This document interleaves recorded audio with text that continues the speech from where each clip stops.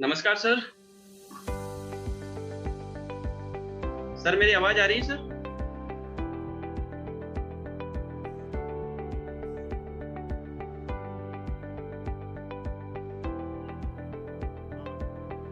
आवाज आ रही है यार दिनेश? सर आपकी आवाज थोड़ी कम आ रही है। ठीक है सर, ठीक है सर।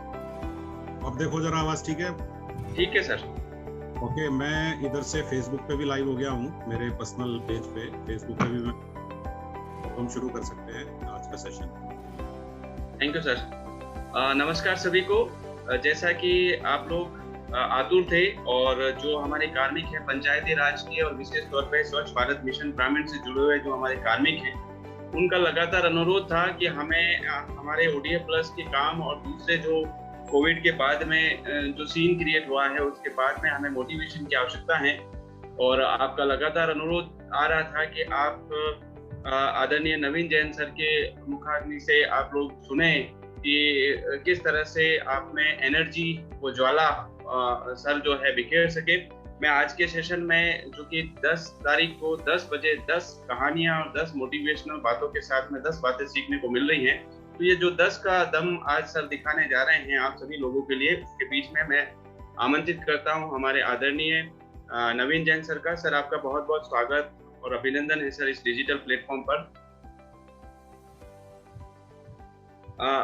नवीन जैन सर के बारे में प्रशासनिक रूप से सभी लोग विदित हैं, लेकिन एक नया आयाम, नया चेहरा और नया प्लेटफॉर्म सर शनिवार मोटिवेशन वाला के नाम से चलाते हैं। और सोशल मीडिया पे जो मोटिवेशन की बात कहें या ऐसे समाज के वर्ग के जो अनछुए पहलू हैं, ऐसी बातें जिन पर अभी तक ध्यान प्रशासन का नहीं गया है, समाज के दूसरे वर्ग का नहीं गया है, चाहे वो प्रतियोगिता परीक्षाओं की बात हो, मन में उठने वाले सवालों के जवाब की बात हो, या फिर समाज के प्रति नागरिक की जो जिम्मेदारियां हैं उन सभी की बात हो। सर आजकल हर पहलू पर अपने विचार व्यक्त कर रहे हैं सोशल मीडिया पर, और कोविड टाइम में डिजिटल प्लेटफॉर्म वास्तव में पर सर की जो मोटिवेशनल बातें होती हैं और सर का जो प्रेरक स्पीच होता है वो हम सभी के लिए निस्संदेह प्रेरणादायक होता है। और सर हम स्वागत करते हुए, क्योंकि समय की सीमा है, आप बहुत व्यस्त कार्यक्रम में हमारे बीच में हमें मार्गदर्शन और आशीर्वचन देने के लिए आज हमारे बीच मौजूद हैं, मैं आपका स्वागत करता हूं। और स्वच्छ भारत मिशन ग्रामीण की तरफ से आपका स्वागत करते हुए, अभिनंदन करते हुए आपसे अनुरोध करता हूं कि कुछ ऐसी बातें बताई जाएं कि कोविड सेकेंड वेव के बाद में जबकि समाज ने बहुत जनहानि को होया है और जनहानि उन्हें मिली है, ऐसे में कैसे अपने आप को मोटिवेट किया जाए, कैसे अपने आप को काम के प्रति बनाए रखा जाए, ताजगी, जोश, उत्साह, एनर्जी कैसे बनी रहे ताकि जो आने वाले टारगेट है उनको अचीव कर सके, और समाज में जो नकारात्मक बातें जो आ गई हैं उनसे कैसे उबर सके। मैं ज़्यादा समय नहीं लूँगा सर, आपका अभिनंदन है, स्वागत है, और मंच सर आपको मैं सौंपते हुए निवेदन करता हूँ कि अपना आशीर्वचन प्रदान करें। तो मेरे सभी जो सामने बैठे हैं जूम पर और इधर मेरे फेसबुक लाइव पर, मैं उन सभी का स्वागत करता हूं, गुड मॉर्निंग। और कोशिश करता हूं कि अगले लगभग 50 मिनट में जो मुझे टारगेट दिया गया है 10 बातें, 10 कहानियां, 10 मैसेज, तो मैं कोशिश करूंगा कि आज 10 जुलाई है और 10 बजे ही हैं, 10:10 हुए हैं, तो बिल्कुल सारी चीज़ें 10-10-10 पे हो गई हैं। और फिर दिनेश, थैंक यू, तुमने एक वर्ड यूज़ किया है 10 का दम, तो कोशिश करते हैं, दम तो आप लोगों में होना चाहिए, मैं तो उस दम को याद दिलाने की कोशिश करूंगा कि आप अपने दम को याद रखें, क्योंकि भगवान ने हम सबको दम के साथ ही पैदा किया है। समय के साथ हम थोड़ा सा उसको भूल जाते हैं या डाइवर्ट हो जाते हैं, नेगेटिव हो जाते हैं, कंपैरिजन करने लग जाते हैं और कई तरह की ऐसी समस्याएं पाल लेते हैं जिनसे हम लोग चाहें तो छुटकारा पा सकते थे। सबसे पहले जो सभी सुनने वाले लोग हैं, इसमें पंचायती राज के कार्मिक भी हैं, मुझे बहुत खुशी है, और हमारे स्वच्छ भारत मिशन के सारे लोग हैं। नाना लाल जी का धन्यवाद करता हूँ विशेष तौर पे कि उन्होंने मुझे अप्रोच किया, दिनेश ने मुझे संपर्क किया कि सर हमारे कार्मिक आप इनको करिए। तो इन सब फॉर्मल बातों के बाद जो और सुनने वाले लोग फेसबुक पे बैठे हैं उनको मैं केवल इतना बताना चाहता हूँ कि जो हमारे ये स्वच्छ भारत मिशन के जो कार्मिक हैं, ये ऐसे योद्धा हैं जिन्होंने गत वर्षों में जब भारत में एक मुहिम चली कि पूरे भारत को स्वच्छ बनाना है, तो इन लोगों ने पूरी कमर कस के काम किया है। और मुझे बताते हुए खुशी है कि राजस्थान बेहतरीन स्थान पर है पूरे भारत में, और उसमें भी राजसमंद जो है राजस्थान में बहुत अच्छी पोजीशन पर है। वहाँ की टीम ने, वहाँ के अधिकारियों ने बहुत अच्छा काम किया है। आपने स्वच्छ भारत मिशन के बारे में एक तो ये सुना ही होगा कि उसमें स्वच्छता पर जोर दिया है। तो स्वच्छता किस फॉर्म में? अगर हम अपने शहरी माहौल में देखें तो आपने महसूस किया होगा कि लोग स्वच्छता के प्रति जागरूक हुए हैं। मैं ये तो नहीं कहता हूँ कि हर गली, हर कूचा, हर कोना साफ हो गया है, लेकिन मैंने देखा है कि लोगों में एक नई जागृति स्वच्छता की पैदा हुई है। दूसरा, अगर आप गांव की तरफ जाएंगे और रूरल में अगर आप किसी भी एरिया को विजिट करेंगे तो आपको बड़ा प्लेजेंट सरप्राइज होगा कि पहले जो गांव के अंदर एक टॉयलेट कल्चर नहीं था कि टॉयलेट होनी चाहिए और बाहर खुले में ही टॉयलेट में लोग जाते थे, टॉयलेट के लिए जाते थे, वो कल्चर में बहुत बड़ा फर्क पड़ गया है। और ODF यानी कि ओपन डेफिकेशन फ्री एक कंसेप्ट जो है पूरे भारत में, राजस्थान में फेमस हुआ और उसमें हम अव्वल रहे। अब जो उसका दूसरा मिशन है ODF प्लस, यानी कि अब हर चीज के बाद उसका सेकंड फेज तो आता ही है, हर योजना सफल होने के बाद दूसरी फॉर्म में आती है। तो ODF जो स्वच्छता मिशन है उसका दूसरा फॉर्म जो बनाया गया है, उसमें ये एक चीज को और लिया गया है जो सुनने में एक बार थोड़ी सी मुझे भी ये लगा कि ये बड़ा मुश्किल दे दिया, वो है solid and liquid waste management. आपने देखा होगा कि जब आप किसी गांव में जाते हैं तो हमारे दिमाग में गांव की एक बड़ी अच्छी इमेज होती है कि यार गांव है और हम गांव में जाएंगे तो हमें फसलें, हरे भरे खेत, गाय भैंस, गांव का तालाब, उसके आसपास बैठी हुई गांव की औरतें, चर्चा करते हुए गांव के बुजुर्ग, खेलते हुए गांव के बच्चे दिखाई देंगे। हमारे दिमाग में गांव की एक ऐसी इमेज रहती है। लेकिन हम में से कई लोग जब गांव में एक्चुअल में जाते हैं, गांव के अंदर जब जाने की कोशिश करते हैं, तो हमारा वास्ता इस चीज से पड़ता है कि हमें गांव की गलियों को क्रॉस करना पड़ता है। और जब हम गांव की गलियों को क्रॉस करते हुए गांव में किसी विशेष जगह पर जाने का प्रयास करते हैं तो हमारा मन खराब हो जाता है जब हमें दिखता है कि कूड़े के ढेर लगे हुए हैं। और कूड़े के ढेर लगे होना तो कोई नई बात नहीं है, क्योंकि शहरों में भी कई बार कई स्थानों पर ऐसा हो जाता है। लेकिन गांव में जो कूड़े का ढेर है उसमें बहुत तरह का कचरा पड़ा होता है जो बड़ा ही अनहाइजेनिक है, कई तरह का नुकसान करता है। और सबसे जो इम्पोर्टेंट बात होती है, जो लिक्विड वेस्ट है, यानी कि गांव में जो घरों का जो गंदा पानी है वो गलियों में भरा होता है। एज ए कलेक्टर मैं 4 जिलों में रहा हूँ और मैं भी चारों जिलों में खूब गांव में गया हूँ चौपाल लगाने के लिए, राष्ट्रीय और राज्य के प्रोग्राम लागू करने के लिए। और बहुत ही बुरा लगता था जब मैं देखता था कि गलियों के अंदर कचरे की वजह से या गांव में गंदे पानी की वजह से कई गलियों से जाना ही बिल्कुल इम्पॉसिबल। लोग किसी तरह से एडजस्ट करते हैं, बीच में ईंटें रख लेते हैं, पत्थर रख लेते हैं, अपने खर्चे पे थोड़ा सा मिट्टी डाल लेते हैं और उसको भर के और फिर वहां पे कुछ आने जाने का साधन बनाते हैं। तो शायद अब समय आ गया है ODF प्लस में कि हम जड़ से, सोर्स से इन चीजों को खत्म करें। क्योंकि गांव में किसी गली में खड़े हुए पानी को निकालना या एक बार पड़े हुए कचरे को साफ कर देना ये समाधान नहीं है। हम कहीं के लिए तैयार होते हैं और हम अपने मुंह पे बहुत सारा क्रीम पाउडर लगा के और सोचते हैं कि हम बहुत सुंदर दिख रहे हैं, तो वो सुंदरता कृत्रिम है, नकली है, आर्टिफिशियल है। लेकिन जब हमारा शरीर अंदर से मजबूत होता है, हम अच्छा खान पान लेते हैं, जब हम हमारे शरीर का ध्यान रखते हैं, हमारे चेहरे पे ऑटोमेटिक एक चमक होती है, हमारी आवाज में एक एनर्जी होती है, या हमारे पूरी बॉडी लैंग्वेज बहुत अच्छी होती है, तो हम कहते हैं कि ये आदमी वाकई में स्वस्थ है। तो मेकअप के द्वारा सुंदर दिखना और वाकई में स्वस्थ होना में जो डिफरेंस है, वही मैं समझता हूँ कि ODF प्लस में भी फर्क है। तो जो मेरे SPM के साथी लोग इस बात को सुन रहे हैं, मैं उनको यही कहना चाहता हूँ कि अगर आप मेकअप लगे हुए आदमी को एक वास्तव में स्वस्थ आदमी के मुकाबले में अच्छा नहीं मानते हैं, तो हमें इस मिशन का भी मेरे ख्याल से मकसद यही मान के चलना चाहिए कि हमें एक बार पड़े हुए कचरे को कैसे भी साफ करने को ही ये नहीं मान लेना चाहिए कि हमने स्वच्छता वाला काम कर लिया। असली स्वच्छता तब है जब हम ये कोशिश करें कि इस कचरे का सोर्स क्या है, क्या हम उस सोर्स पे ही इसको खत्म कर सकते हैं, क्या हम ये कोशिश कर सकते हैं कि कचरा पैदा ना हो कई प्रकार का, और कई प्रकार के कचरे को हम रिसाइकल कर लें। प्लास्टिक है, मेरे घर में बहुत सारी जो प्लास्टिक की बोतलें हैं, मैं उनमें गमले बना लेता हूँ, मैं उनमें नीचे छेद करके मिट्टी डाल के उनमें छोटे छोटे पौधे लगा लेता हूँ, बेल लगा लेता हूँ।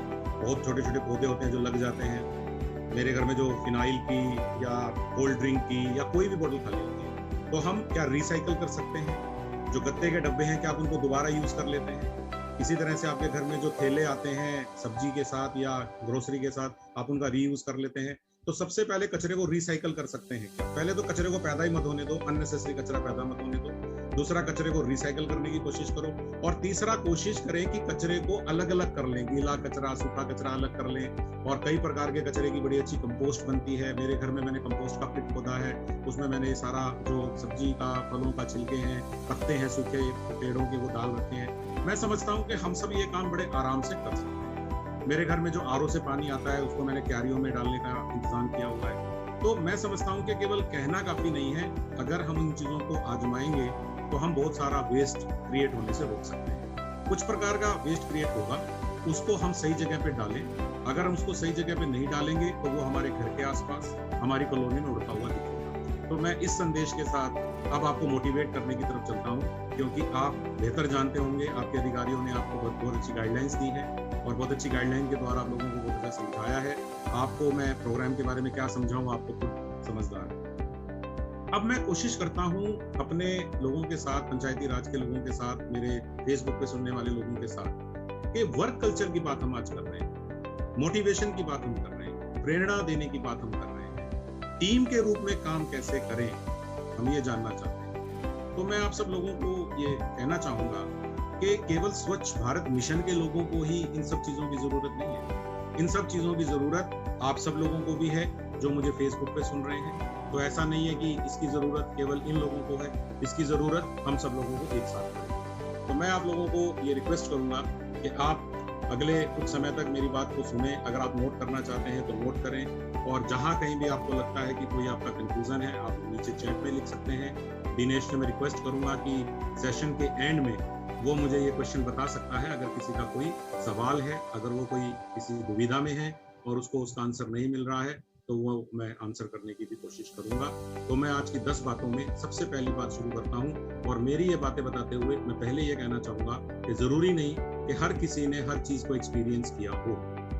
हम में से हर किसी ने हर तरह की चीज को एक्सपीरियंस नहीं किया है, लेकिन हम में से हर किसी ने किसी ना किसी एक्सपीरियंस को एक्सपीरियंस किया है। तो आप में से कई लोगों को मेरी बात एकदम ऐसा लगेगा ये मेरी बात हो रही है, और कई बातें आपको लगेगा कि ऐसा मेरे साथ तो नहीं हुआ, तो वो दूसरों के साथ हुआ होगा, लेकिन वो हमारे साथ भी होने की संभावना बन सकती है। इसीलिए आप उस बात को भी सुन सकते हैं। मैं बहुत छोटी छोटी कहानियों के माध्यम से 1-1 मिनट की कहानी और 2-2 मिनट की बात, और एक कंसेप्ट में मैं 3 से 4 मिनट लगाऊंगा, और 10 बातें मैं अगले 40 मिनट में प्रयास करूंगा। तो सबसे पहले मैं ये कोशिश करता हूं कि जब गांव लेवल पर एक आदमी काम करता है, चाहे वो पंचायती राज में काम करे, चाहे सरकार के किसी महकमे में काम करे, चाहे वो एक टीचर हो, चाहे वो किसी प्राइवेट संस्था में काम करे, और अगर वो कॉन्ट्रेक्चुअल है, यानी कि कॉन्ट्रेक्चुअल का मतलब है कि अभी सरकार में उसको एक मंथली कॉन्ट्रैक्ट के हिसाब से पेमेंट मिल रहा है और उसका जॉब अभी अस्थायी है, तो किस तरह की मेंटेलिटी से वो गुजरता है, उसको समझते हुए मैं मेरी बातों को एक आयाम देने की कोशिश करता हूँ। और बहुत सिंपल वर्ड्स में आप लोगों की मनस्थिति जो आप लोगों की साइकोलॉजी है, आप लोग किस तरह की बातें करते हो। जब आप लोग चाय पीते होंगे सारे कर्मी बैठ के, या पंचायती राज के लोग जब मीटिंग से पहले, जब हम लोग आपकी मीटिंग लेने आते हैं, उससे पहले आप जब बाहर बैठे होते हो, तो किस तरह की बातें आप लोग करते होंगे। उन सब बातों को ध्यान में रखते हुए मैं कुछ चीजें कहने की कोशिश करूँगा। तो सबसे पहले मैं देखता हूँ कि एक तो हमारे दिमाग में ये रहता है, जब हम एक छोटे लेवल पे, छोटे गांव के लेवल पे काम कर रहे होते हैं, तो हमें ये लगने लगता है कि यार मेरे इतने ही से काम करने से क्या होने वाला है। सबसे पहली फीलिंग आती है, मेरा छोटा सा योगदान क्या किसी काम का है, क्या इसका कोई फायदा है। हमें भी कई बार ये फीलिंग आती है कि एक बहुत बड़ी योजना है भारत के लेवल पे, और उसमें मेरे द्वारा किए हुए छोटे से काम पे 150 करोड़ की आबादी वाले देश में क्या फर्क पड़ सकता है। तो ये बात आते ही आदमी थोड़ा सा डीमोटिवेट होता है, यानी कि अपने काम करने से थोड़ा सा अलग तरह से चला जाता है। तो मैं आप लोगों को याद दिलाना चाहता हूँ कि बूंद बूंद से सागर बनता है, ये किसी ने गलत नहीं कहा। ये बात हम मानते हैं, लेकिन इस बात को अपने जीवन में उतारते नहीं। देखिए, छोटी छोटी सेविंग से ही आप बड़ी सेविंग करते हैं। थोड़े थोड़े लोगों से मिलकर ये भीड़ तैयार होती है। इसी तरह से जो आप सब लोग गांव लेवल पे छोटे छोटे प्रयास करते हैं, देखिए, जब शुरू में आपको कहा गया था कि पूरे राजस्थान में सारे गांवों में कोई भी आदमी ओपन में जाके टॉयलेट नहीं करेगा, सब घरों में टॉयलेट बनेंगे, तो सुनने को तो ये भी असंभव ही है। हमारा देश कोई 10,000 या 10 लाख या 10 करोड़ की आबादी वाला नहीं है।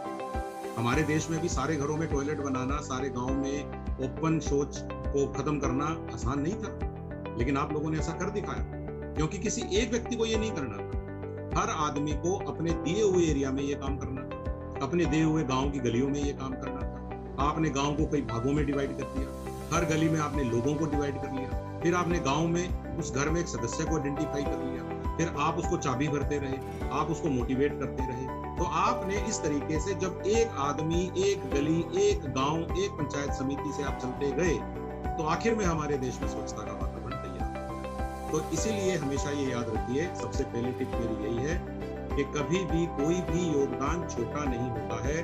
बहुत सारे लोगों के छोटे छोटे योगदान से ही बड़ा योगदान, बड़ा चीज, बड़ा मिशन, बड़ा चीज, यानी कि जो देश का बड़ा एक सफलता होती है वो तैयार होती है, उसकी नींव होती है। आप लोगों को एक कहानी बताता हूँ जो बहुत फेमस है, आपने सुन रखी है, लेकिन यहाँ पर बहुत इंपॉर्टेंट है कि जब कभी आपको फीलिंग आए कि मेरे छोटे से योगदान से कुछ नहीं होगा, तो मेरी ये कहानी आप याद कर लेना। बड़ी फेमस कहानी है, मुझे बहुत अच्छी लगती है, जब से मैंने सुनी है मैं इसको सुनाता हूँ, आप सब लोगों के लिए बहुत इंपॉर्टेंट है।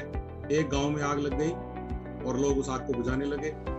आग बहुत तेज थी और गांव वालों का पूरा प्रयास करने पर भी आग जो है वो कम नहीं हो रही थी।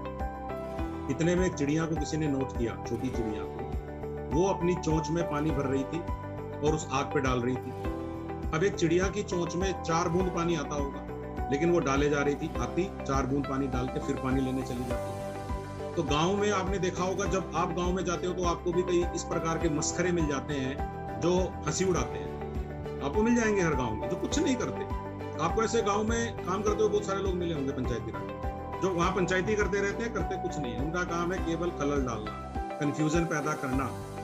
तो ऐसे एक पंचायती ने, एक मस्करी ने उस चिड़िया से कहा कि अरे भाई चिड़िया, तेरे इस चोंच के पानी से क्या होगा, पागल हो गई है क्या तू?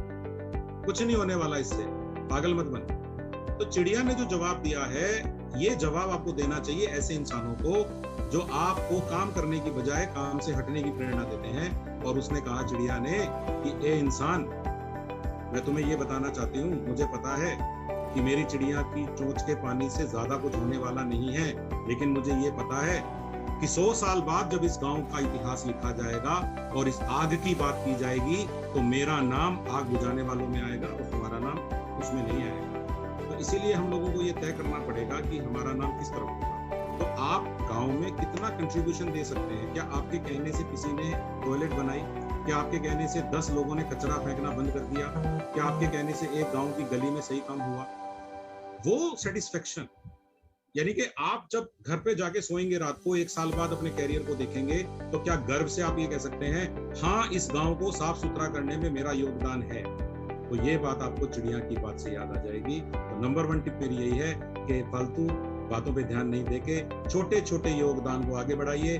छोटे छोटे योगदान मिलकर बड़ा योगदान बनाएंगे, ऐसा मेरा विश्वास है। इसीलिए कभी भी अपने कंट्रीब्यूशन को छोटा नहीं मानना है, वो इम्पोर्टेंट है, वो एक बड़े सागर में जाने वाली बूंद है। दूसरी टिप मेरी आज, जो मैंने पहली कहानी में ही छोड़ दी है, आपको हमेशा अपना काम करते समय हतोत्साहित करने वाले लोग मिलेंगे। आपके घर में, आपके कुनबे में, आपके आसपास, आपकी कॉलोनी में, जहां पर आप काम कर रहे हैं, उस ऑफिस में, उस गांव में, वो आपको यही कहेंगे, अरे भैया क्यों फालतू पर परेशान हो रहा है। तो मैं आपको दूसरी टिप ये देना चाहता हूँ, हतोत्साहित करने वाले लोगों से दूरी बनाएं। जो आपको डिस्करेज करते हैं, ऐसे लोगों से दूरी बनाएं। अगर वो हमें एनकरेज नहीं कर सकते, अगर वो हमारा उत्साह नहीं बढ़ा सकते, अगर मान लीजिए गांव में कोई वार्ड पंच है जिनको ये सब बातें पसंद नहीं है, अरे यार ये गंदगी तो बाहर ही की जाती है खेतों में, ऐसे तर्क देने वाले बहुत मिल जाएंगे आपको। तो हतोत्साहित करने वाले लोगों से दूरी बनाने का हमारी महाभारत में बड़ा अच्छा एग्जाम्पल है। आपको याद होगा महाभारत का युद्ध हुआ था और कर्ण और अर्जुन का आपस में युद्ध हुआ था। और जब कर्ण और अर्जुन का आपस में युद्ध हुआ था, तो आपको ध्यान होगा कि जो राजा शल्य है, वो वैसे तो पांडवों के रिश्तेदार थे, लेकिन दुर्योधन ने धोखे से उनको अपनी तरफ मिला लिया, राजा शल्य को। लेकिन राजा कृष्ण, जो हमारे भगवान कृष्ण थे, उन्होंने शल्य राजा को एक बात कही कि राजा शल्य, आप दुर्योधन की तरफ से युद्ध लड़ो, कोई बात नहीं, लेकिन आप कर्ण के सारथी बन जाना और आपको एक ही काम करना है कि कर्ण को लगातार हतोत्साहित करना। और राजा शल्य ने इस काम को बड़ा बखूबी किया था। जब भी युद्ध में कर्ण कोई तीर चलाता बाण से, तो आपको याद होगा राजा शल्य उसको कोसते रहते, अरे यार कर्ण तेरे को किसने सिखाया, ठीक से नहीं चला रहे हो। जबकि अर्जुन के सारथी भगवान कृष्ण खुद थे और वो अर्जुन को हमेशा एनकरेज करते थे, प्रोत्साहित करते थे, सपोर्ट करते थे। और आप देखिए अंत में क्या हुआ था, राजा शल्य के लगातार टोकने की वजह से कर्ण से गलती हुई और कर्ण मारा गया और अर्जुन ने महाभारत का युद्ध जीतने में पांडवों की मदद की। तो ये फर्क पड़ता है सारथी सारथी का। अगर शल्य जैसा सारथी होता है तो कर्ण की तरह मौत का सामना करना पड़ता है, और अगर अर्जुन की तरह हम लोगों को कृष्ण जैसा सारथी मिलता है तो हम लोग महाभारत का युद्ध जीतते हैं। इसी तरह से जीवन के युद्ध को भी जीत सकते हैं, अपने करियर के टारगेट के युद्ध को भी जीत सकते हैं, हमें दिए हुए टारगेट को हम अचीव कर सकते हैं। लेकिन अगर आप गांव के हर आदमी की बात को सुनते रहेंगे, बिना तर्क की बात को सुनते रहेंगे, हर टोका टाकी की तरफ अगर आप ध्यान देंगे, तो विश्वास रखिए आप कहीं नहीं पहुंच पाएंगे। अगर आपको कहीं पहुंचना है तो सबसे पहले आपको ये तय करना पड़ेगा कि मैं केवल उन लोगों की बात सुनना चाहूंगा जो बात तर्क से करते हैं, जो बात किसी एविडेंस के आधार पे करते हैं, जिनकी बात को मानने से मेरे को कोई फायदा होने की संभावना है, न कि ऐसे लोग जो मुझे डिस्करेज करते रहते हैं, जो मुझे हटाते रहते हैं, जो मुझे मेरे विवाह के प्रति खराब करते हैं। तो मेरी दूसरी टिप आप लोगों को यही है कि जीवन में केवल काम पर ही नहीं, आपको अपने रिश्तेदारों में भी ऐसे लोग मिल जाएंगे, आपको अपने कुंबे में ऐसे लोग मिल जाएंगे जो कहेंगे अरे तेरे बेटे को तू ये मत पढ़ाना, अरे बेटी को ऐसे मत पढ़ाना, लड़की को वहां मत भेजना। तो मेरी आप लोगों से रिक्वेस्ट है, डोंट वरी, ऐसे लोगों की तरफ ध्यान मत दीजिए। जैसे राजा शल्य ने कर्ण का नुकसान किया, आपको वो नुकसान नहीं करना है। हमें तो अपने लाइफ में हो सके तो कृष्ण भगवान ढूंढने हैं, और वो नहीं भी मिलते हैं तो कोई बात नहीं, लेकिन कम से कम राजा शल्य जैसी सलाह देने वाले लोगों से दूर रहना है। कुल मिला के हमें हतोत्साहित करने वाले लोगों से दूरी मेंटेन करनी है। ये मेरी आपको दूसरी टिप है, और मैंने आपको इसका रेफरेंस भी समझा दिया है कि जब हम गांव में काम करते हैं तो हतोत्साहित करने वाले लोग होते हैं। हमारे घरों में भी कई लोगों की नेचर ऐसी होती है और हम उनकी सलाह को सीरियसली लेते हैं और परेशान रहते हैं। तीसरी टिप, तीसरी बात, कई लोग हमें कहते हैं कि सपने औकात में रहकर देखने चाहिए। मैं तीसरी बात बिल्कुल इसके उल्टी कहूंगा, सपने देखना बहुत जरूरी है और सपने देखते रहिए, लेकिन उनको पूरा करने के लिए मेहनत करिए। इसका मतलब ये नहीं है कि मैं सपना ऐसा देख लूं जो, आप सपना कुछ भी देखिए, मैं आपको फिर कह रहा हूं, आप ऐसा सपना देखिए जो कोई आदमी सुन के कहे कि असंभव है, आप वो सपना देख सकते हैं, लेकिन उसकी तरफ आप लगातार प्रयास करिए। मैंने अपनी एक किताब, जो वैक्सीन 50 की बात अभी दिनेश भी कर रहा था, जब वो किताब लिखी तो उसमें चैप्टर में मैंने ये बात कही है कि मैंने जीवन में बहुत लोगों को ये सलाह देते हुए सुना है, बहुत लोगों को, कि इंसान को सपने अपनी औकात में रह के देखने चाहिए। तो मेरे आप लोगों से एक सवाल है मेरा, अगर हम अपनी औकात में रह के सपने देखेंगे तो फिर मुझे समझ में ये नहीं आता कि किसी ने ये भी तो कहा है कि औकात को बढ़ाने के लिए ही तो सपने देखे जाते हैं। क्या मैं सपना भी अपनी औकात में रह के देखूंगा? मुझे इस बात पे एतराज है। औकात बढ़ाने का काम करता है सपना। अगर एक मजदूर किसी बिल्डिंग पर निर्माण कार्य कर रहा है और वो कहता है कि मेरी मजदूरी 100 रुपए से बढ़ के 150 रुपए हो जाए, तो ये सपना नहीं हुआ, ये सपना नहीं कहलाएगा। सपना ये होता है कि मैं मेहनत करके मेरे बेटे को पढ़ाऊंगा ताकि कल को वो भी एक ऐसी बिल्डिंग में फ्लैट का मालिक बन सके, ये सपना है। और ये इम्पॉसिबल भी नहीं है। बहुत सारे मजदूरों ने अगर एक अपने कॉम्प्रोमाइज किया अपने खुद के साथ और अपने एक बेटे को लगातार पढ़ाते रहे और बेटा भी अच्छा निकल गया, तो बहुत सारे मजदूरों के बेटे आईएएस बने हैं, आईपीएस बने हैं, सरकारी नौकरी में आए हैं, टीचर बने हैं और कॉलेज में लेक्चरर बने हैं, और उन्होंने अपने पूरे परिवार की धारा को मोड़ दिया। तो इसका मतलब ये हुआ कि आपको सपने जरूर देखने चाहिए, लेकिन उन सपनों के लिए लगातार प्रयास करना चाहिए, मेहनत करनी चाहिए, ये बात मैं कहना चाहूंगा। और यहाँ पर मैं आप लोगों को एक छोटी सी कहानी भी सुनाऊंगा जो एक बच्चे की है, कि एक बार एक बच्चा अपने पिता के साथ उसके काम में जाया करता था। उसके पिताजी, एक घोड़ा फार्म होता है हॉर्स फार्म, उस पर वो काम किया करता था, और उस हॉर्स फार्म पे उसके पिताजी सिर्फ सफाई का काम करते थे। मतलब घोड़ों को फूस डाल दिया, घास फूस सफाई कर दी थोड़ी बहुत, और वो उस लड़के को वो काम बड़ा अच्छा लगता था अपने पिताजी का, बहुत एक्साइटिंग काम लगता था। वो स्कूल गया और स्कूल में टीचर ने उस दिन एक होमवर्क दिया सारे बच्चों को कि भैया आप सब लोगों को ये होमवर्क दिया जाता है कि आप ये बताइए बड़े होकर आप क्या बनेंगे। क्योंकि वो छोटा बच्चा बचपन से उस घोड़ा फार्म पे जाता था, तो उसने अपना बड़े होने का सपना क्या लिखा, मैं बड़ा होकर एक बड़ा घोड़ा फार्म खोलकर उसका मालिक बनूंगा और इतने घोड़े पालूंगा, 100 घोड़े 200 घोड़े। ये पूरा ऐसे उसने लिख दिया, पूरा वर्णन कर दिया और बहुत अच्छा एक स्केच बना दिया कि मेरा फार्म कैसे दिखेगा, क्योंकि जुनून था उसका। और वो उस होमवर्क को अपने स्कूल में ले जाके टीचर को दे देता है। टीचर उस होमवर्क को पढ़ता है और उस बच्चे को बुला के कहता है, तुम्हें अपनी औकात नहीं पता, क्या तुम किसी घोड़ा फार्म के मालिक बन सकते हो तुम्हारे पिताजी जो काम करते हैं उसको देखते हुए? इसीलिए जाओ इस होमवर्क को दोबारा करके लाओ। घर पे उसके पिताजी को कहता है कि पिताजी क्या करूं? तो पिता ने कहा, ये तुम्हारे और तुम्हारे टीचर के बीच की बात है, तुम फैसला करो तुम्हें क्या करना है, मैं कुछ नहीं कर सकता। बच्चे ने कुछ मन में डिसाइड किया और अगले दिन वो स्कूल में गया और टीचर को उसने वो अपनी कॉपी दे दी। और कॉपी देखने के बाद टीचर ने फिर गुस्से से उसकी तरफ देख के कहा, तुमने अपने सपने में कोई बदलाव नहीं किया, मैं तुम्हें F ग्रेड देता हूं। F यानी कि ABCDE 6 नंबर का ग्रेड दे दिया उसको, F यानी कि सबसे पुअर ग्रेड दे दिया उसको, F ग्रेड दे दिया। आप जानते हैं उस बच्चे ने क्या कहा टीचर से? सुनने वाली बात है, प्रेरणा वाली बात है, याद रखने वाली बात है। उस बच्चे ने उस टीचर को कहा, तो मास्टर जी आप एक काम करिए, आप अपना ग्रेड रख लीजिए, मैं मेरा सपना रख लेता हूं। तो दोस्तों, हम किसी के कहने से अपने सपने नहीं बदले, हमारा सपना हमारा है और यही है जो हमारा अपना है। अगर हम अपनी चीजों को ही बदलने लगे तो फिर हमारा अपना रहेगा क्या? तो इसीलिए सपने देखिए, सपनों के लिए प्रयास करिए, लगातार प्रयास करिए, अपनी फैमिली के लिए सपना देखिए। हो सकता है कई बार अपनी फैमिली का फ्यूचर बदलने के लिए मेरे द्वारा किए हुए प्रयास केवल नींव का काम करें, जिस पर आने वाले समय में मेरे बच्चे एक बड़ी इमारत का निर्माण करके मेरे परिवार को एक नई दिशा देंगे, एक नया नाम देंगे। मेरे परिवार को गांव में, शहर में, देश में, प्रदेश में हो सकता है कि एक नई पहचान मिले।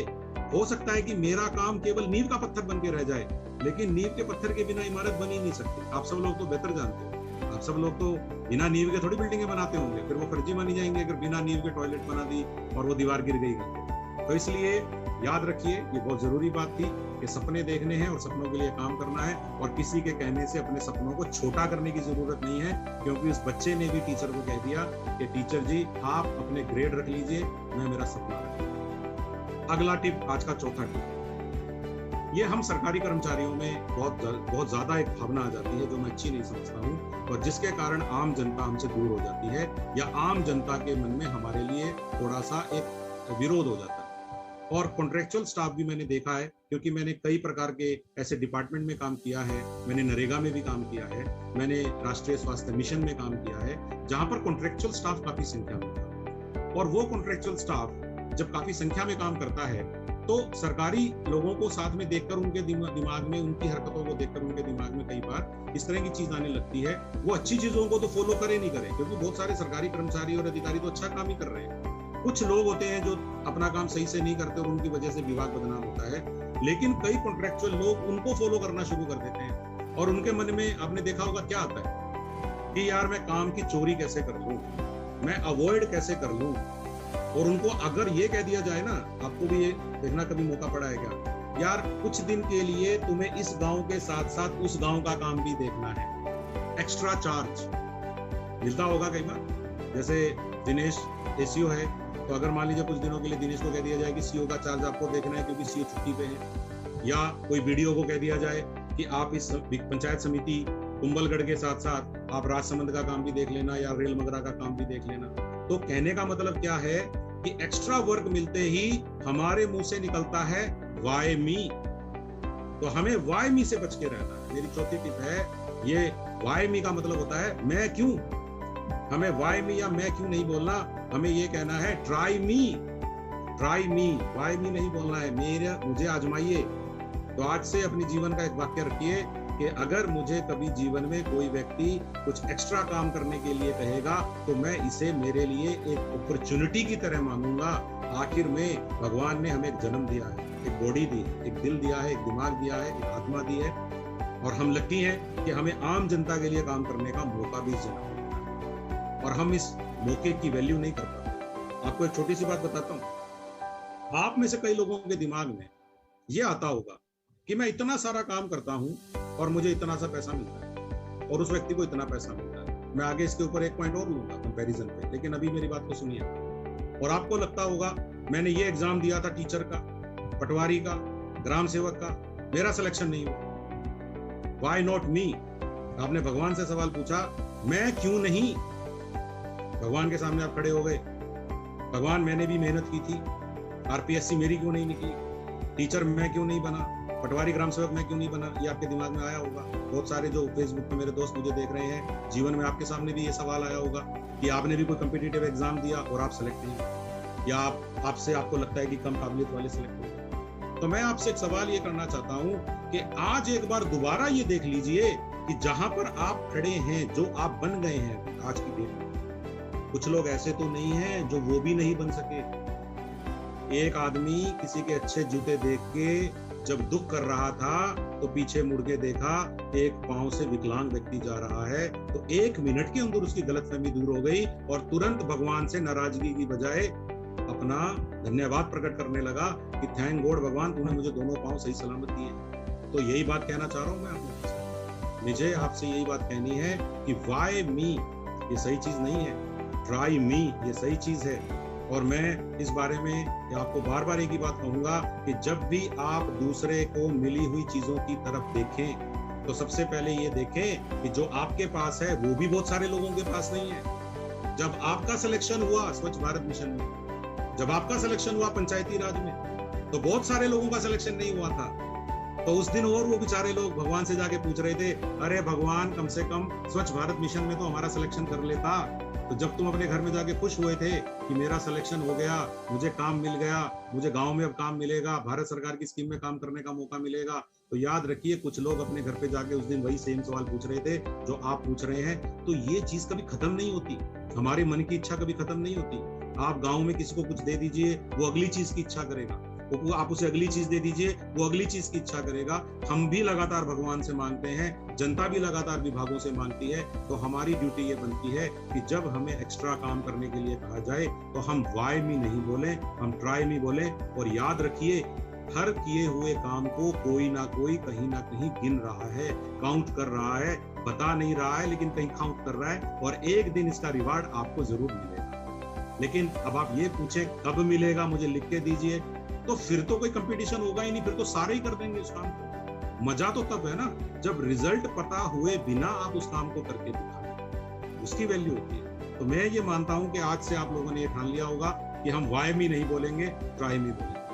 पांचवी बात आज की, अगर आपको जीवन में कभी ऐसा महसूस होता है, अभी कोरोना की बात अगर हम करें कि कोरोना के कारण या वैसे ही मेरी आर्थिक स्थिति के कारण या परिवार की दूसरी समस्याओं के कारण मैं जो है बिल्कुल मेरे जीवन के रॉक बॉटम में आ गया,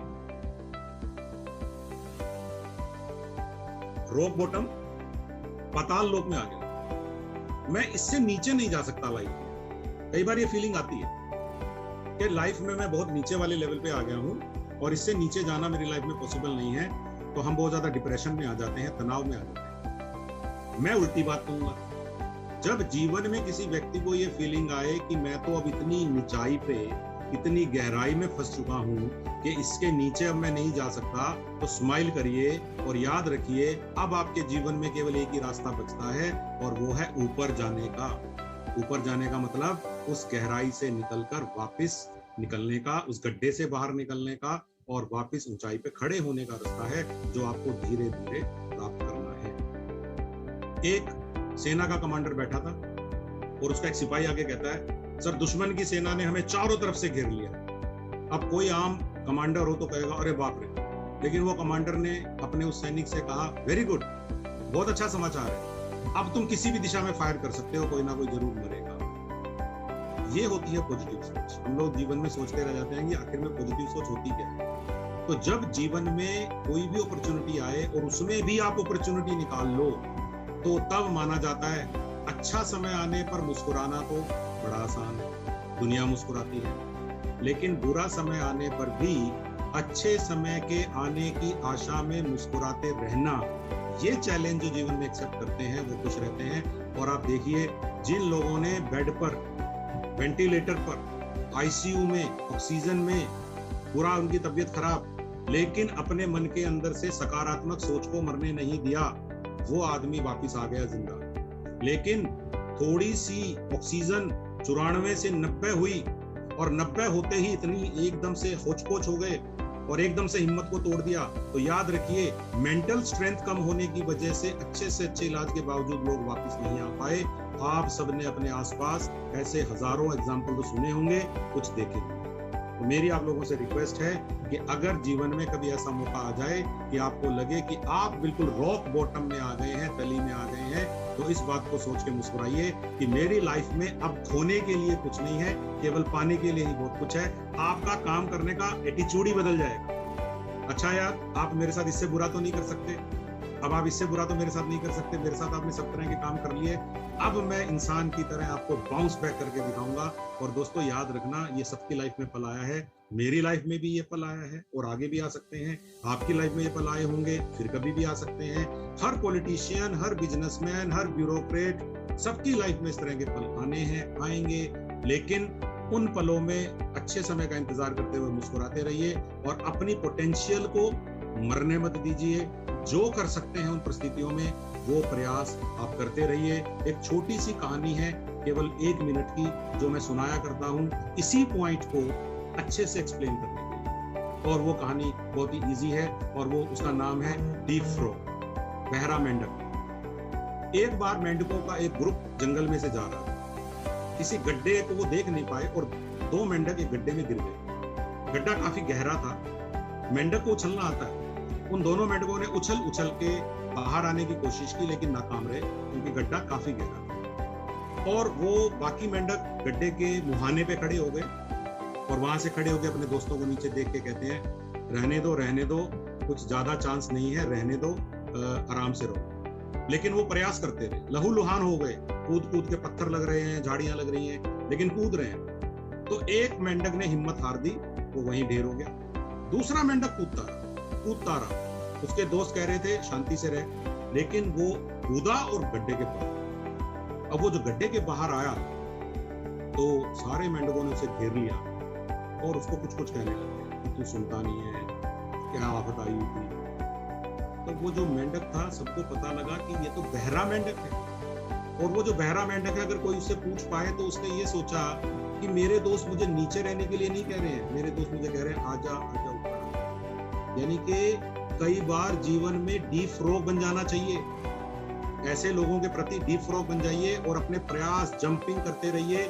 जैसे वो मेंढक गड्ढे के तल से कूद के बाहर आ गया, इसी तरह से आप भी अपने जीवन में बाहर आ सकते हैं, बशर्ते आपके अंदर वो पावर, वो रिजिलियंस, वो दम होना चाहिए कि हाँ, मैं कंसिस्टेंटली इस चीज का प्रयास करूँ। और आप विश्वास मानिए, अगर आप इस तरह के प्रयास कर रहे हैं तो हमारे प्रयास सफल होंगे।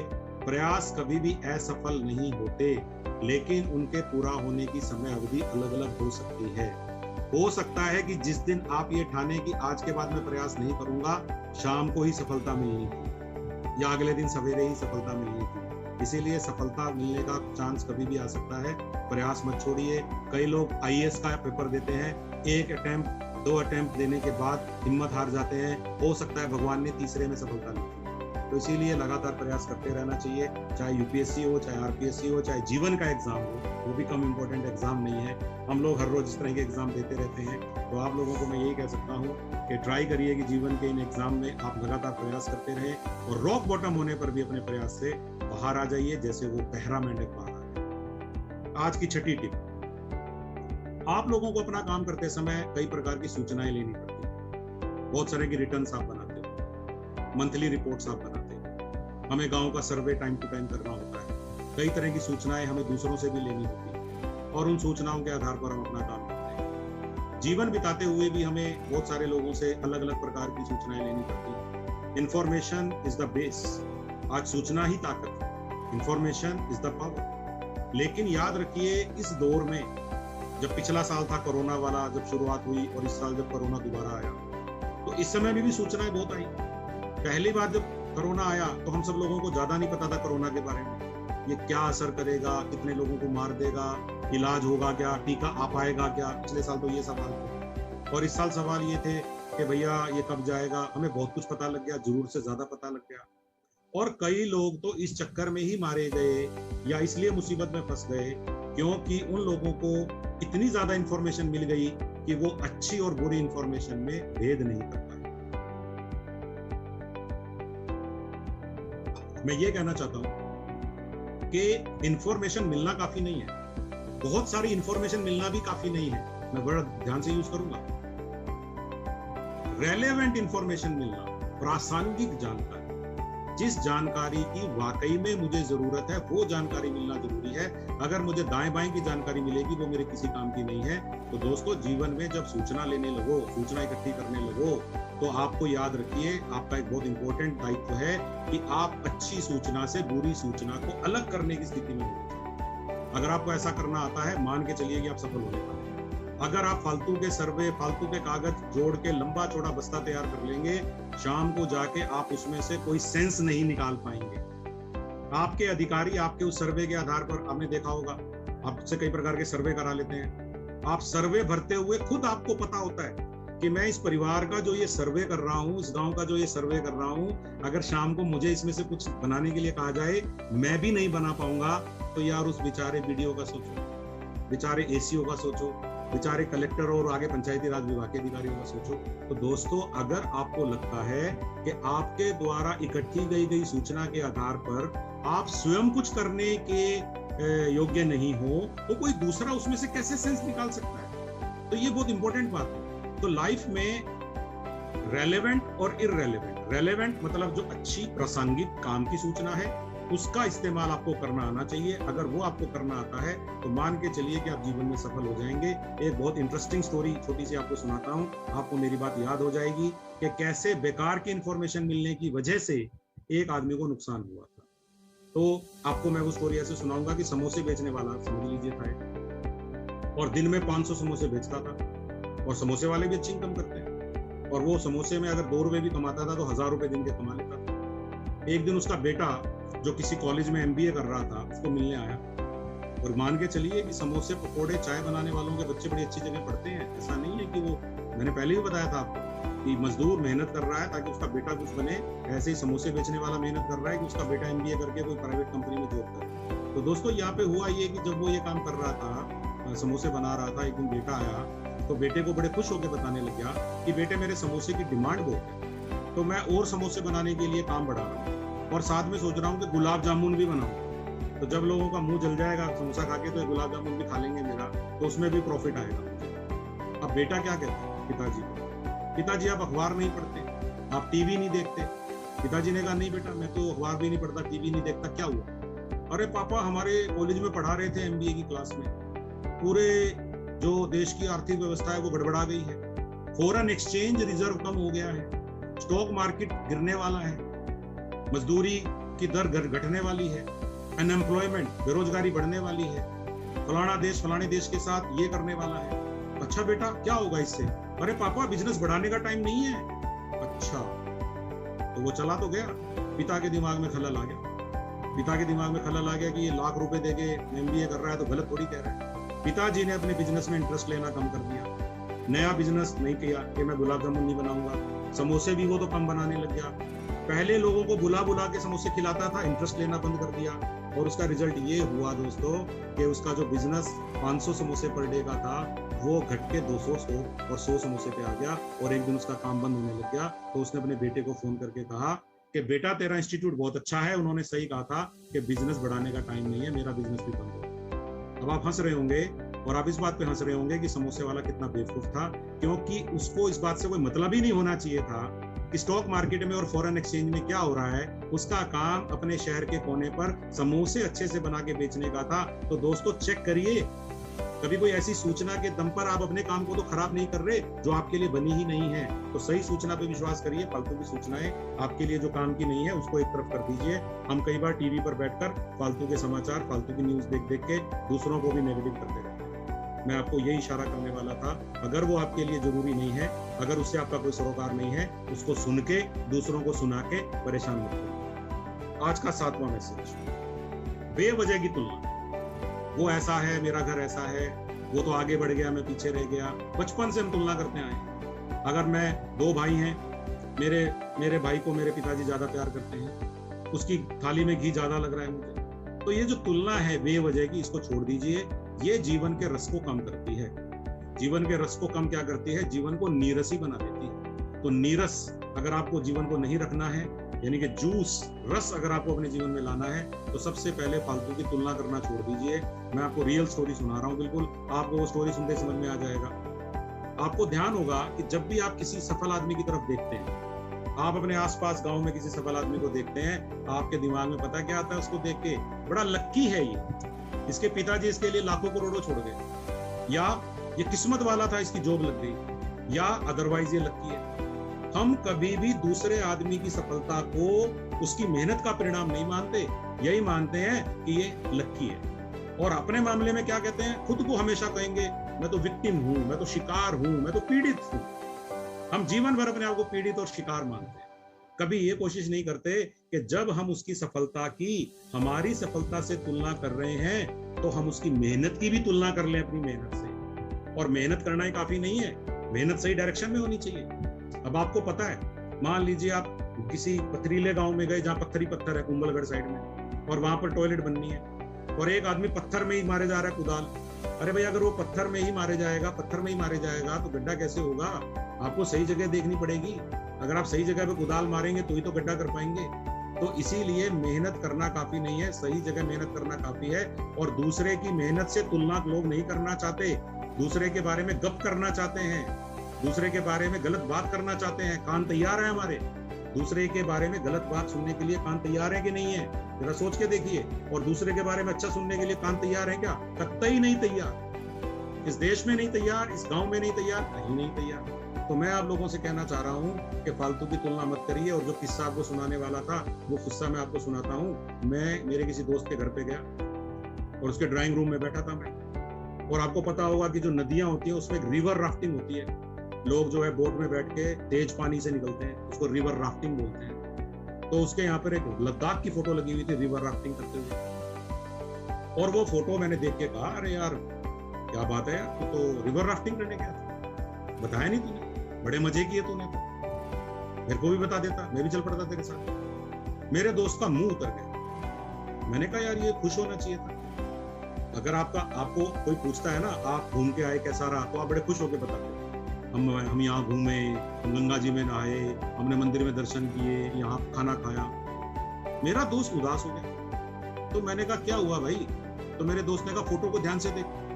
मैंने फोटो को हाथ में लेके पूरा देखा, तो उसके नीचे कोटेशन लिखा हुआ था। कोटेशन, अच्छा वाक्य होता है ना, सुंदर वाक्य, वो लिखा हुआ था। दूसरे की सफलता देखकर उसकी ईर्ष्या मत करिए, क्योंकि आपको नहीं पता रास्ते में होंगे किस किस प्रकार की चीजों का सहारा। क्या मतलब हुआ? उसने कहा भाई कि हम जब ये रिवर राफ्टिंग कर रहे थे, हमारी राफ्ट बन गई थी लद्दाख में, स्पीति में। तो हम सभी लोग यार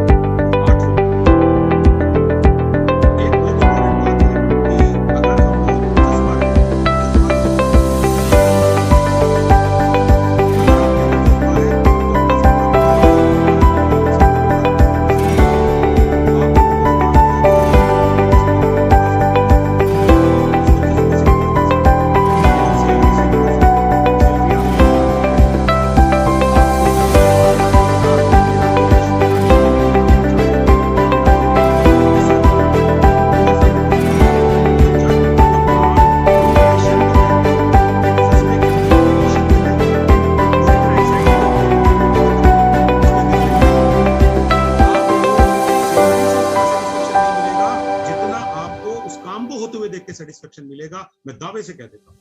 इंसान की बेसिक फितरत काम करके पैसा कमा के रोटी खाना नहीं है। ठीक है, रोटी खाना जरूरी है जिंदा रहने के लिए, लेकिन इंसान की आत्मा का खाना ये खाना नहीं है दाल रोटी। उसकी आत्मा का खाना तो ये है कि जब मैं किसी मिशन में जुटता हूँ, मैं पूरी टीम को बना के जब काम करता हूँ और देखता हूँ कि एक साथ इतने सारे टॉयलेट्स बन गए, एक साथ गांव में सफाई हो गई, नालियां बन गई, वो जो पिट बनाते हो आप जिसमें कि पानी जाएगा गंदा, सोखता गड्ढा बोलते हो जिसको आप, तो आता है मजा। तो वो जो पल होते हैं ना, अगर आप इस जीवन में इस तरह की सफलता को महसूस नहीं कर पाते हो तो कोई ना कोई कमी रह गई है, कोई ना कोई कमी रह गई है। और एक बात बताऊं, मैंने बहुत सारे लोग देखे हैं जिनके पास पैसे तो बहुत होंगे, जिनके पास रुतबा भी बहुत होगा, लेकिन वो इस तरह की फीलिंग नहीं ले पाते। और मैं एक ही बात कहा करता हूं कि जब आप किसी बेकार निकम्मे आदमी की तरफ देखो तो ये सोच के खुश हो जाओ कि ठीक है तनख्वाह इसको भी मिल रही है, लेकिन इसको मेरी तरह संतुष्टि नहीं मिल सकती। तो संतुष्टि की कीमत तो बहुत बड़ी होती है, इसकी वजह से जीवन में जो रस आता है वो बड़ा कमाल का होता है। तो दोस्तों, मैं आप लोगों को एक ही बात कहूंगा कि जब आपको कोई ये कहे अरे भैया ये ODF प्लस कामयाब होने वाला नहीं है, तो याद रखना 1990 में हमने बिल्कुल नहीं सोचा था कि इंटरनेट आएगा, मोबाइल फोन आएंगे, घर पे बैठे बैठे मैं आपसे बात करूंगा। कोरोना ने वो साबित कर दिया जो हम देश में कई सालों में साबित नहीं कर पाए, कि हमारे बच्चे मोबाइल फोन से पढ़ेंगे। जिस मोबाइल फोन को बच्चों से दूर रखते थे वो बच्चों के हाथ में पकड़ाएंगे। तो इसीलिए बहुत सारे इम्पॉसिबल काम हमने होते हुए देखे हैं, और ये इम्पॉसिबल काम भी आप होते हुए देखोगे। आप जज्बे को अपने को मरने मत देना, और याद रखना सैलरी की बजाय अपने मिशन की सफलता को अगर आप अपना जज्बा मानोगे तो ज्यादा सफलता मिलेगी, बेटर सफलता। 9वीं बात, आपका अच्छा समय बिल्कुल पक्का से आएगा। पेशेंस रखिए, धैर्य रखिए। वो गाना भी है, अपना टाइम आएगा, वो बिल्कुल, वो गाना तो बेशक जैसा भी आपको लगता हो, लेकिन बात तो सही है कि समय हर किसी का आता है, चक्का घूमता है, अच्छा बुरा, सफल है सफल, ये पक्का आएगा, ये बिल्कुल ध्यान रखिए। लेकिन हम कई बार धैर्य खो देते हैं। एक बार एक आदमी ने एक फिल्म बनाई 7 मिनट की, 7 मिनट की फिल्म बनाई, पूरे वर्ल्ड में वो फेमस हुई, उसको बहुत सारे अवार्ड मिले, और उसके शहर में उसने फैसला किया कि ये फिल्म मैं फ्री में दिखाऊंगा, 7 मिनट की फिल्म। तो उसने एक थिएटर बुक किया, और उस थिएटर में उसने लोगों को पास दिए और बुलाया। लोगों फिल्म देखने के लिए गए कि यार इंटरनेशनल फिल्म है, हम भी देखने जाएंगे, क्या है 7 मिनट की फिल्म तो है, देखते हैं हमारे शहर के आदमी ने क्या बनाया है, कुछ तो बनाया होगा। अब वो आदमी जो है चला गया, फिल्म देखने के लिए लोग इकट्ठे हो गए, वो आदमी भी बैठा हुआ है। अब सुनिए क्या होता है, फिल्म शुरू हो जाती है और फिल्म में एक कमरे की छत दिखा रहे हैं। वो छत सफेद रंग की सिंपल छत है, और 3 मिनट तक कैमरा वहीं रहता है, कुछ नहीं होता। 3 मिनट तक सिर्फ छत दिखा रहे हैं।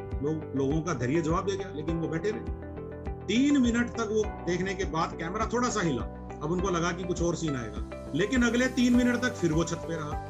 अब लोगों ने गालियां देना शुरू कर दिया कि ये क्या फिल्म है, 6 मिनट से छत दिखा रहे हो, ये कोई फिल्म है? लेकिन 6 मिनट पे कुछ हुआ। वो कैमरा कमरे की छत से दीवार से होता हुआ नीचे आया, और हम देखते हैं कि एक बेड लगा हुआ है, और उस बेड पे एक बच्चा लेटा हुआ है जो कमर से पूरी तरह लकवाग्रस्त है, यानी कि वो दिव्यांग है, उसकी अब शरीर काम नहीं करता। और उस बेचारे के, उस बेड के पास एक व्हील चेयर रखी हुई है जिसकी कमर नहीं है, यानी कि बैक साइड नहीं है, जैसे कुर्सी के पीछे बैक होती है, उस व्हील चेयर की बैक नहीं है, यानी कि वो किसी काम की नहीं है व्हील चेयर। और वो सीन दिखाने के बाद कैमरा वापस दीवार से होता हुआ छत की तरफ जा रहा है, लेकिन इस बार छत पे कुछ लिखा हुआ है। ये लास्ट का 7वां मिनट चल रहा है, और उस छत पे जो लिखा हुआ है वो सुनना, वही इस कहानी का सार होने वाला है, और वो इस 9वीं बात का सार है। और उस छत पे क्या लिखा हुआ है, आप सब लोगों को मैं ये बताना चाहता हूँ कि ये बच्चा 7 साल पहले एक एक्सीडेंट के कारण इस हालत में आया,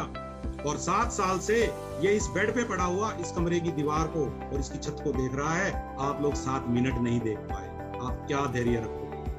मेरे ख्याल से आपकी भी समझ में आ गया कि जब धैर्य की बात हो, मेरी ये कहानी आप याद कर लीजिएगा कि हमारे यहाँ बहुत सारे बेचारे ऐसे लोग हैं जो जीवन को काट रहे हैं वेंटिलेटर पे, कोमा में, और किसी तरह से उनका एक एक दिन, एक एक हफ्ता, एक एक महीना गुजरता है, और घर वालों को लगता है चलो उनका साया हमारे सिर पे है। लेकिन हमारे जीवन में तो सब कुछ ठीक है, और फिर भी हम पेशेंस नहीं रख पा रहे हैं। हमारे शरीर के सारे अंग सही हैं, हमारे सारे मामले ठीक हैं, हमें कोई आज के दिन कोई टेंशन नहीं है, घर में सब कुछ ठीक है, लेकिन कोई अनजानी टेंशन हमारे दिमाग पे छाई हुई है जिसका कोई नाम नहीं है, और इस वजह से हम लोग अपने जीवन को खराब कर रहे हैं। तो याद रखिए, धैर्य रखिए, आपका टाइम जरूर आएगा। और अगर टाइम की कमी महसूस होने लगे, ये 7 मिनट वर्सेस 7 साल, याद रखिए ये होता है। आपने बहुत सारे बेचारे बुजुर्ग लोग भी देखे होंगे जिनको कोई ना कोई दिक्कत होने की वजह से वो सालों निकाल देते हैं खाट के ऊपर। उनसे पूछिए कि कमरे में पड़े रहना क्या है, हम तो बाहर जा सकते हैं, अपना काम कर सकते हैं, तो भी हम वेट नहीं कर सकते। तो ऐसा क्या होता है? तो इसीलिए अपने समय का इंतजार करिए, धैर्य रखिए, जरूर आएगा जो भी आपने सोचा है। आज का मेरा आखिरी 10वीं बात, और वो ये कहूंगा मैं, जो सबसे जरूरी मैसेज है मेरा आज का, वो मैंने 10वीं बात के रूप में आप लोगों के लिए बचा के रखा है, और वो ये है, अगर आपको लगातार सफलता चाहिए तो आपको लगातार प्रयास करने पड़ेंगे। ऐसा कुछ नहीं हो सकता कि अगर आप लगातार प्रयास नहीं करेंगे तो आपकी सफलता मेंटेन रहेगी, बिल्कुल भी नहीं रहेगी। अगर मैं एक बार 2001 में IAS बन गया तो मेरे लिए सब कुछ अचीव हो गया, बिल्कुल नहीं। मैंने इस 20 साल में और बहुत प्रयास किए, उससे भी ज्यादा, अपनी जॉब के लिए, अपने दिए हुए टारगेट को अचीव करने के लिए, जो मुझसे उम्मीदें हैं उनके ऊपर खरा उतरने के लिए। आप सब लोगों को भी एक बार सिलेक्शन होने के बाद ये हर रोज टेस्ट देना पड़ता है। किसी भी नौकरी में आप चले जाइए, गवर्नमेंट में या प्राइवेट में, अगर एक बार सफलता मिलके सब कुछ होता, पॉलिटिशियन को भी 5 साल बाद दोबारा लोगों में जाके अपने आप को ट्राई करना पड़ता है, बिजनेसमैन को भी हर साल प्रॉफिट लॉस से गुजरना पड़ता है। तो याद रखिए, लगातार सतत प्रयास करने पड़ेंगे अगर आप सतत रूप से ही सफल होना चाहते हैं। और मैं अपनी इस बात को ये भी कहूंगा कि हमारा भाग्य कब करवट ले ले ये हम कभी जानते नहीं है। ये बात मैंने कई बार आज बोली है। तो आप सब लोगों की भी पीड़ाएं जो हैं वो इस बात में है कि सपने देखिए, प्रयास करिए और सतत प्रयास करते रहिए। 1 मिनट की कहानी के साथ मैं अपनी बात को खत्म करूंगा, क्योंकि हमारा जो समय था आज का लगभग 50 मिनट का वो होने वाला है, और मैं जो कहानी आपको सुनाऊंगा वो आपको बिल्कुल परफेक्ट लगेगी आज के टॉपिक के ऊपर, कि सफलता लगातार चलनी चाहिए तो उसके लिए प्रयास भी सतत होना चाहिए, कंटिन्यूअस होना चाहिए। कोई भी जिंदगी में ये नहीं कह सकता अब मेरा काफी हो गया है, मुझे और नहीं करना पड़ेगा। मुकेश अंबानी के पास चाहे आज कितने हजारों करोड़ रुपए हो, उसके बावजूद वो हर रोज ऑफिस जाके उतनी मेहनत करते हैं और बिजनेस करते हैं। और बहुत बिजनेसमैन हैं जो आज भी अपना प्रयास करते हैं, जिनको जो चाहे तो जिनकी 20 पीढ़ियां बैठ के खा सकती हैं, वो लोग भी लगातार प्रयास करते हैं। तो मेरा आप लोगों से रिक्वेस्ट है कि इस बात को ध्यान में रखते हुए मैं स्टोरी जो आपको सुना रहा हूँ उसमें ये है कि एक बार एक आदमी के पास एक बांसुरी थी, लकड़ी की बांसुरी को वो बजाता था, म्यूजिक पैदा करता था। एक दिन वो बांसुरी घर के बाहर रखी हुई थी पेड़ के पास, तो उसको आवाज आई, बहन बांसुरी को कोई पुकार रहा है। तो पेड़ के पास वो एक गंदी सी डंडी रखी हुई थी पेड़ की, वो उसको पुकार रही थी, बांसुरी बहन। तो बांसुरी ने कहा, कौन हो गई? तो उसने कहा, बहन हम दोनों एक ही पेड़ से आई थी, याद है क्या? बांसुरी ने कहा, हाँ ध्यान आया। तो बहन हम दोनों को जब पेड़ से तोड़ा गया तो तुम तो बांसुरी बन गई, तुम तो उसके होठों से लग के म्यूजिक पैदा करने लग गई, लोग तुम्हारे लिए ताली बजाते हैं, और मुझे इन्होंने घर का नाली का कचरा साफ करने के लिए लगा रखा है। तो मैं नाली का कचरा साफ करने वाली डंडी कहलाती हूँ, और मुझे घर के बाहर पेड़ के बांध के रखते हैं, पेड़ पे साथ रखते हैं। तो बांसुरी ने कहा, बहन मैं तुम्हें एक बात याद दिलाती हूँ, जब हम दोनों का टेस्ट किया गया बांसुरी बजाने के लिए तो छेद करने पड़ते हैं बांसुरी में, तब जाके म्यूजिक निकलता है। तो तुमने वो रिस्क नहीं लिया छेद वाला, और मैंने वो रिस्क लिया। तो यहाँ पहला मैसेज आ गया आपको कि जीवन में अगर बांसुरी जैसा बनना है तो छेद वाला रिस्क भी लेना पड़ेगा, नहीं तो सिंपल लकड़ी रह जाओगे। लेकिन कहानी यहाँ खत्म नहीं हुई, क्योंकि बात लगातार सफलता की हो रही है। ज्यादातर कहानियां यहाँ खत्म हो जाती हैं कि बांसुरी ने उसको भाषण दे दिया कि तूने छेद नहीं करवाया तो इसलिए तू डंडी है और मैं बांसुरी हूँ, क्योंकि वहां पर एक नया ट्विस्ट आ गया। बांसुरी को घमंड हो गया कि मेरी लाइफ में मुझे 1 टाइम सक्सेस मिल चुका है, अब मैं जो मर्जी करूँ। एक दिन म्यूजिक ठीक से प्रोड्यूस नहीं करने के कारण जो वो घर का मालिक था उसको गुस्सा आ गया, उसने बांसुरी के 2 टुकड़े कर दिए और डस्टबिन में फेंक दिए। अब जो बांसुरी है वो डस्टबिन में पड़ी है, और उधर उसकी वाइफ, घर के मालिक की जो वाइफ मालकिन है, वो बाजार से गुलाब का बड़ा सुंदर पौधा खरीद के ले आई, अच्छे से गमले में, और वो थोड़ा हैवी पौधा था और बार बार गिर रहा था। तो सहारा देने के लिए डंडा खड़ा कर देते हैं, कई बार आपने देखा होगा गमले में कई पेड़ पौधों के साथ खड़ा करना पड़ता है अपने को सहारे के लिए। तो वो डंडी ढूंढने लग गए तो वो डंडी गिर गई। उस डंडी को साफ करके उसके ऊपर एक चमकीली सी पट्टी लगा के उसने कहा ठीक है ये साइज में, तो उसने वो गमले के बीच में डंडी खड़ी कर दी और गुलाब के पेड़ को उसके साथ बांध दिया। और ड्राइंग रूम में बढ़िया सी टेबल पे लाके जचा के रख दिया। अब वो डंडी सुंदर हो चुकी है और सबसे बढ़िया कोने में रखी है घर के, और सारे लोग प्रशंसा कर रहे हैं, वाह भाई। आप सोच के देखिए पहले क्या था, एक बांसुरी वर्सेस नाली का कचरा साफ करने वाली डंडी, और अब क्या है, डस्टबिन में पड़ी हुई एक टूटी हुई बांसुरी वर्सेस गुलाब के साथ टंगी हुई एक सुंदर डंडी। तो लाइफ ऐसे ही है। आपका भाग्य भी कब कहाँ करवट लेगा कोई जानता नहीं है। कौन अच्छे से बुरे फेज में जाएगा, कौन बुरे से अच्छे में आएगा। तो अच्छे का घमंड नहीं करें और बुरे में धैर्य नहीं खोएं, तो जीवन में आप हमेशा सफल होंगे। अपने काम के प्रति जो ईमानदारी से कंसिस्टेंटली काम करता है, बिना ये देखे कि मेरे ऊपर वाले क्या कर रहे हैं, मेरे नीचे वाले क्या कर रहे हैं, मेरे साइड वाले क्या कर रहे हैं, अर्जुन की तरह मछली की आंख ही देखते रहे, सफलता पक्का मिलती है। बस ये गारंटी नहीं होती कि आज मिलेगी कि कल के परसों। वो तो अगर किसी को पता होता तो फिर तो वो त्रिकालदर्शी हो जाता, ऐसा होता है। तो मैं आप लोगों को 10वीं बात यही कहना चाहूंगा कि लगातार सफलता के लिए लगातार प्रयास चलते रहने चाहिए। जब आप प्रयास करना छोड़ देते हैं तो सफलता को भी डाउटफुल कर लेते हैं, आपको कभी भी झटका लग सकता है, ये याद रखिए। तो मेरी आज की 10वीं बात थी। मुझे लगता है कि आप लोगों से अब मेरा बात करने का जो समय था वो लगभग पूरा हो गया है। दिनेश, क्या कहना चाहोगे? Thank you so much sir, मजा आ गया सर। आपकी 10 बातें वास्तव में एनर्जी कुछ एक जगह तो सर जो आपने बांसुरी की अभी जो बात कही है वो बहुत गजब की थी, क्योंकि कई बार स्टोरी जो है बीच में आकर खत्म हो जाती है। आपने उसका पार्ट 2 भी जो है सीजन 2 भी बता दिया सर। तो thank you so much sir, बहुत अच्छा लगा। और मुझे लगता है सर कि जिस फ्लो में सर आप लगातार 1 घंटे बोले हैं और जो स्टोरीज को जो है आपने एक दूसरे से जोड़ करके जो प्रेजेंट किए हैं वो सभी के हृदय तक पहुंची हैं। और मैं बहुत धन्यवाद देता हूं सर, आपको बहुत आभार व्यक्त करता हूं सर। आपने कितना अच्छा सीधा सा 2 शब्दों में वाई मी और ट्राई मी को जोड़ करके पूरा कॉन्सेप्ट बता दिया कि मैं ही क्यों हूं और मुझसे ही कोशिश क्यों ना हो। कितना क्लियर विजन आपने दिया है सर।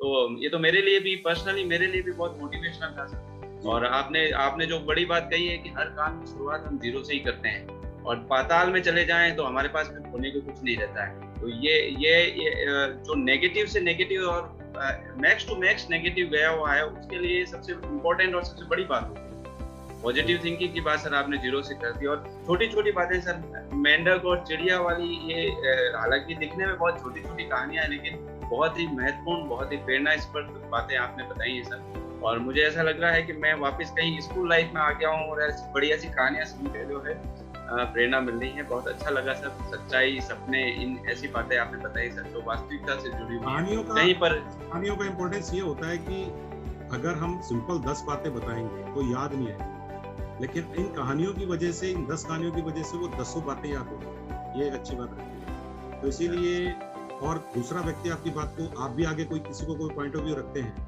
तो शॉर्ट स्टोरीज का इस्तेमाल अपने को जरूर करना चाहिए, क्योंकि आप भी एक बहुत अच्छे वक्ता हो और आप भी लोगों को काफी तरह की कोचिंग वगैरह देते हो, या गांव वालों को आप बताने लगो। जैसे कि SBM में जब आप गांव में जाएंगे या पंचायती राज की किसी योजना को लेकर आप गांव में जाएंगे तो डेफिनेटली लोगों को कन्विंस करना पड़ता है। तो उस समय आप चौपाल पर मान लीजिए भाषण दे रहे हैं, आप सिंपल भाषण देंगे तो वो कितना ग्रेस्प करेंगे, लेकिन जब आप कहानी सुनाना शुरू करते हैं तो लोगों का अटेंशन आपकी तरफ आता है। उस अटेंशन का फायदा उठाने के लिए आप वो शुरू करिए, and then you can give your message also. तो इसीलिए बहुत बड़ी रिसर्च हुई है कि शॉर्ट स्टोरीज का प्रेजेंटेशन में या पब्लिक स्पीकिंग में क्या वैल्यू है। Thank you sir. देखिए सर, सबसे इम्पोर्टेंट जो बात मुझे टच कर गई वो है धैर्य और सेंस। आज के टाइम में सर टेम्परामेंट बहुत हाई हो जाता है, तुरंत हो जाता है। और ऐसे में जबकि जो हमारे साथ आज जुड़े हुए थे स्वच्छ भारत मिशन ग्रामीण से जुड़े हुए सभी जो डिस्ट्रिक्ट से जुड़े हुए हैं सर, सारे DCs जुड़े हुए हैं, DPC जुड़े हुए हैं, तो उन लोगों के लिए एक बड़ा चैलेंज होता है कि ऐसी पब्लिक, ऐसा पार्ट जो नेगेटिविटी से भरा हुआ है उनके बीच में जाकर के एक नई बात कहना, नई बात इम्प्लीमेंट करना, एक चैलेंज को सामने, और ऐसे में उनसे वापस सुनना भी, तो एक सहन शक्ति और धैर्य की बहुत जरूरत होती है जो आपने सिखा दी है आज सर। और हम आज बेसब्र होकर आज का जो प्रोग्राम है जिसमें आपने बहुत सेंसिटिव पॉइंट चूज किया है, भावुकता को कमजोरी नहीं बनाया और शक्ति बनाया, और सोशल मीडिया पे आपने संवेदनशीलता की जो बात आज यस सर। तो हम तो सभी लोग जो है 10 मिनट बाद 11:30 बजे जो इंडस्ट्री के लोग हैं, फिक्की जो होता है अपना फेडरेशन, यस सर, उनका भी एक प्रोग्राम है जिसमें मैं थोड़ा अलग वे में बताऊंगा ये चीजें, यस सर, पॉइंट्स रहेंगे। तो आज 11:30 भी फेसबुक लाइव है और 6 बजे अपना यूट्यूब पे लाइव रहेगा शनिवार मोटिवेशन वाला। आप लिख रहे थे, मैंने देखा, थैंक यू वेरी मच, आपने मैसेज भी किया। मैंने सभी को शेयर कर दिया है। शनिवार मोटिवेशन वाले जो यूट्यूब पेज हैं उस पर आप लाइक कर लीजिए और उस पर सर के मोटिवेशनल स्पीच और ऐसे अछूते पहलू जो सोसाइटी में कहीं गुम हो गए हैं या हमारे अंतर मन में ही सिमटे हुए हैं, उन पहलुओं पर सर बहुत अच्छे से बेबाक और बारीकी से बताते हैं और वो हमारे लिए बहुत फायदे का रहता है। और ये बड़ी बात है कि लाइव को हम बाद में भी सुन सकते हैं। फेसबुक पे आपके पास वो प्लेटफॉर्म पे अवेलेबल है। आप कभी भी जब आपको समय हो, देरी से शाम को, रात को सोते वक्त आप सुने तो वो अंतर मन में कहीं ना कहीं छप जाता है और वो हमेशा काम आता है। तो सर मैं आपका बहुत बहुत आभार ज्ञापित करता हूँ, बहुत धन्यवाद देता हूँ। आपने अपना समय निकाला, बहुत कीमती समय है आपका सर। सभी कर्मियों को, हमारे जो साथी कर्मियों को बहुत बहुत धन्यवाद कि आप लोगों ने मुझे याद किया इस बात के लिए। और मुझे उम्मीद है कि आप लोग ODF प्लस में भी बहुत शानदार काम करेंगे, राजस्थान को, राजसमंद को और सारे जिलों को बहुत अच्छे रैंक पे लेके जाएंगे। मेरी तरफ से बहुत बहुत शुभकामनाएं। Thank you very much. Thank you sir, thank you.